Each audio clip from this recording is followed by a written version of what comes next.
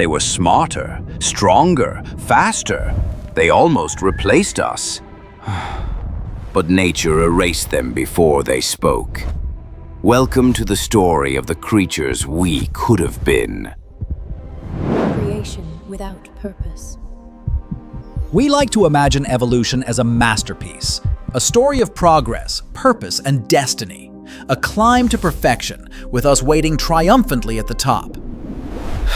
But the truth is far less flattering. Evolution isn't a plan.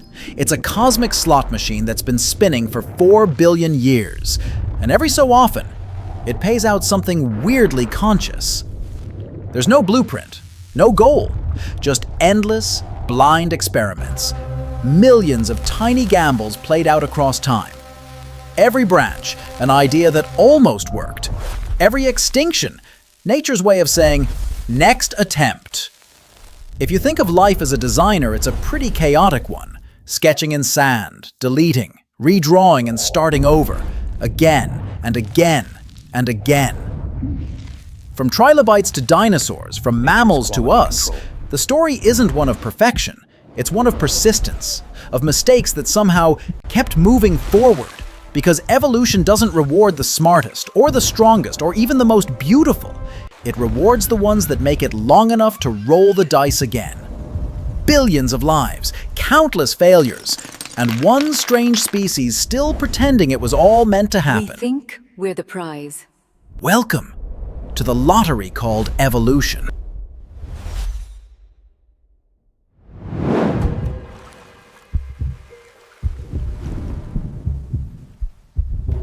Meet Tiktaalik, half fish, half explorer.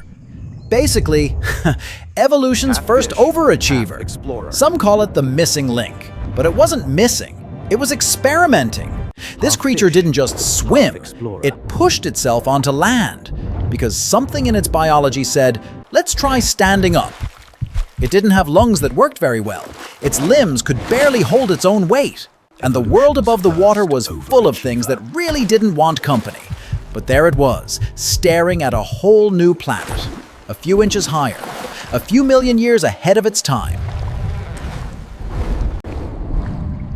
A few inches higher, a few million It's easy to years call ahead. that bravery, but in evolutionary terms, it's probably closer to a spectacular accident.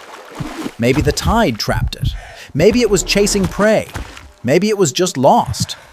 But that one mistake rewrote every life form that followed. That's how close history came to taking another route. If Tiktaalik hadn't made it, if that little fin hadn't held in the mud, there might have been no amphibians, no reptiles, no mammals, and definitely no humans to make documentaries about it. From a muddy puddle in the Devonian came the first pioneer of land, a creature that didn't know what it was doing, but did it anyway. That's evolution in a nutshell. No grand design, just trial, error, and a fish that refused to stay in its lane. A fish that refused to stay in its lane.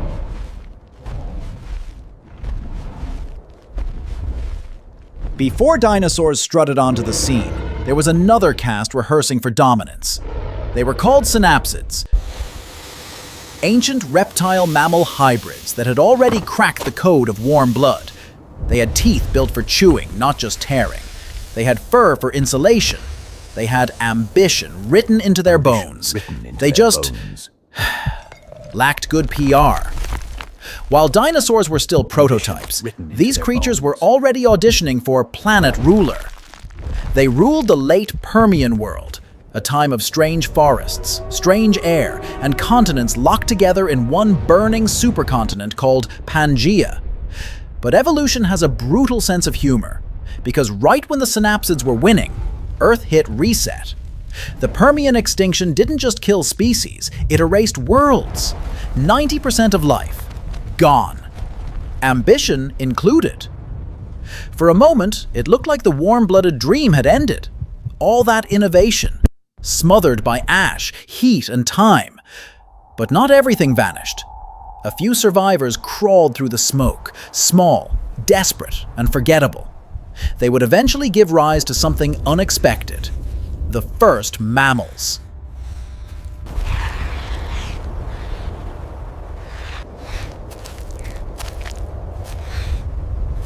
So yes, reptiles tried to rule second twice, time, we called and it the second time, we called it a comeback.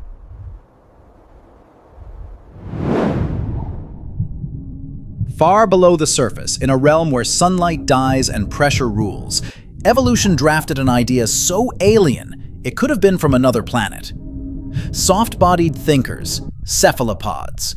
No bones, no armor, no hierarchy, just liquid intelligence in motion. They were never supposed to be smart, at least not by our standards. Yet here they are, creatures that can mimic, solve puzzles, open jars, and plan ambushes.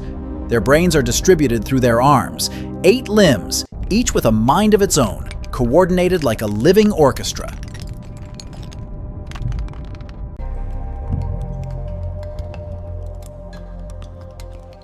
In another timeline, this might have been the dawn of a civilization, one that painted with ink and communicated through color.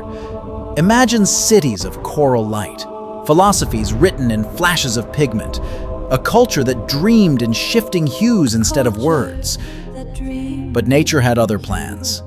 Cephalopods live fast, die young, and leave nothing behind. No parents to teach the next generation, no continuity of memory. Genius without legacy. They mastered thought, but not time. So, while humans built fires and stories, they built only solitude. Flashes of brilliance that died with each tide. Evolution gave them intelligence, but denied them the one thing intelligence needs most: duration. Somewhere in the dark, an octopus curls into itself, its bioluminescence flickering like a neuron firing in a brain that will never speak. Perhaps the universe doesn't favor the wise, it only experiments, and sometimes it forgets its most beautiful ideas.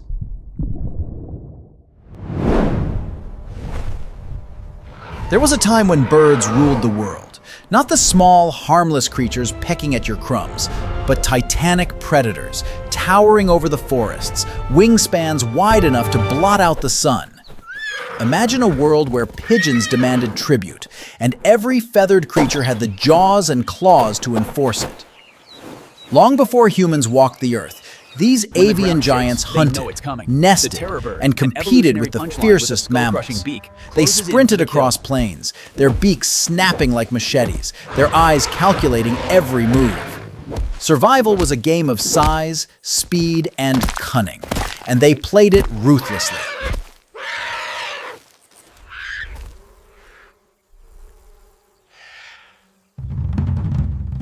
Meanwhile, mammalian megafauna roamed in parallel. Giant sloths hung like moving trees, woolly mammoths shook forests with each step, and saber-toothed cats lurked in shadowed valleys, each species a contender for supremacy.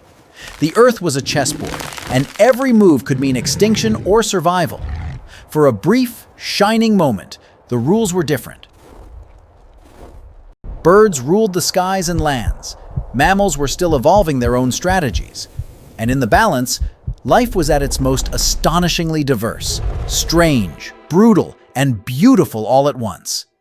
Some of these giants would vanish, their dominance erased by changing climates, competition, or disaster. Yet their brief reign left echoes in the bones we dig up today, reminders of how differently the world could have been, and how fragile the crown of dominance really is. The age of giants was a world of extremes, of predators that could crush, herbivores that could trample, and an Earth that seemed designed to test every limit of life. And yet, for all their might, none would survive to witness the rise of humans. A brief flicker of power, gone in the geological blink of an eye. But the memory remains, etched in fossil and imagination alike.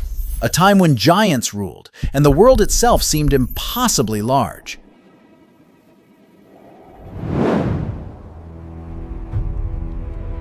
Long before humans dominated the world, there were others, cousins in our family tree who almost made it. Neanderthals, Denisovans, and a host of other hominins carved lives into stone, ice, and forest. They painted walls with animals, carved tools of unimaginable precision, and honored their dead with care and ceremony. Some walked upright with strength and resilience that would shame us today. Others were quiet, clever, and adaptable, survivors of brutal Ice Age winters and unforgiving landscapes. Their lives were rich with culture, yet fleeting on the grand stage of evolution. And then, they disappeared. Not because they lacked intelligence, not because they failed to innovate. Evolution doesn't reward brilliance alone. It rewards strategy, timing, and sometimes sheer luck. We like to imagine we were destined to inherit the Earth, that our story was inevitable. But the truth is far more unsettling. The snare is We set. survived not because we were wind is low. superior, Fire but is because ready. we were the We move now. sneakiest. The ones who could outlast, outmaneuver, Set the snare and low. adapt The when tracks are others fresh. could not. Be quick. Every bone, every tool, every faded pigment on a cave wall whispers a story of what could have been. A different branch of humanity, gone in a whisper of time, leaving only fragments behind. And as we stand here today, we are the inheritors not of a perfected lineage, but of survival itself. From the earliest A reminder markings of the that in cave the to the lottery very of life, blueprint of life. intelligence is no guarantee. Sometimes, cunning, timing, or just being in the right place at the right time makes all the difference. We are the last survivors of many beginnings. Evolution is not a careful architect. Sometimes it's an over-enthusiastic tinkerer, throwing parts together and hoping they work. And occasionally, it doesn't know when to stop. Take moles, born to burrow, perfected to vanish into darkness. Eyes? Redundant. Gone. A life in permanent night, with a body that barely notices the sky. Or whales, majestic giants of the ocean, carrying vestiges of legs that no longer serve a purpose. Evolution left its signatures, like a software bug in a masterpiece. And then there's us, humans. A brain that barely fits in our skulls, a spine designed for quadrupeds, knees that creak with every step. Nature experimenting, improvising, and occasionally laughing quietly behind our backs. Across the tree of life, countless creatures bear these evolutionary detours. Flightless birds, trapped on islands where wings became ornamental. Blind cave fish, navigating perpetual darkness without eyes. Parasites that sacrifice everything for a singular, obsessive lifestyle. Each is a testament to the randomness, the audacity, and sometimes the cruelty of natural selection. And yet, these so-called failures often survive longer than perfection itself. They are reminders that evolution is not goal-oriented. It is relentless, it is strange, it is beautiful, and it sometimes delights in absurdity. Every oddity, every anatomical quirk is a story of life's persistence, a testament that even when evolution stumbles, life finds a way. And often, Even when that it way is stumbles, weirder, funnier, life and keeps far more dancing. astonishing than we could have imagined. In another timeline, evolution dealt a different hand. A world where octopus philosophers carved cities of coral, their architecture pulsing with bioluminescent light. They debated ethics through color, mapped history on currents of water, and passed knowledge not through words, but through a symphony of gestures, patterns, and memory.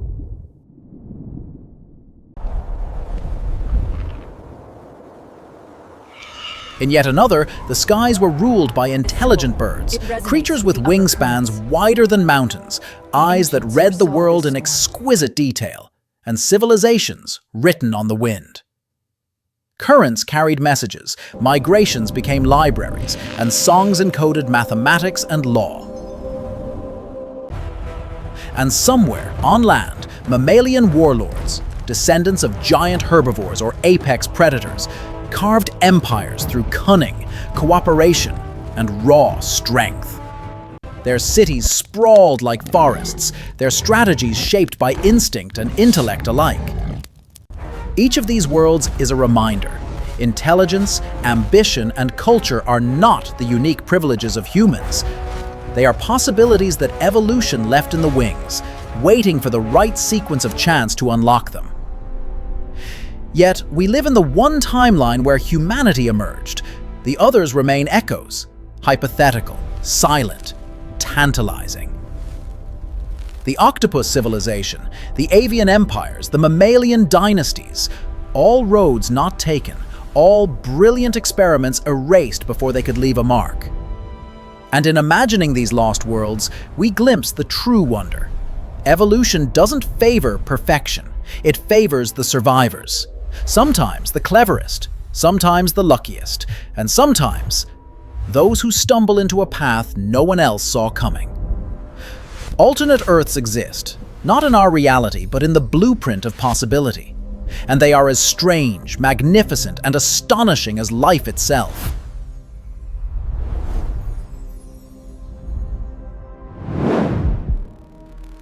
We like to think humans are the pinnacle of evolution, a masterpiece crafted with care. But the truth is humbler and infinitely more astonishing. We are not the peak.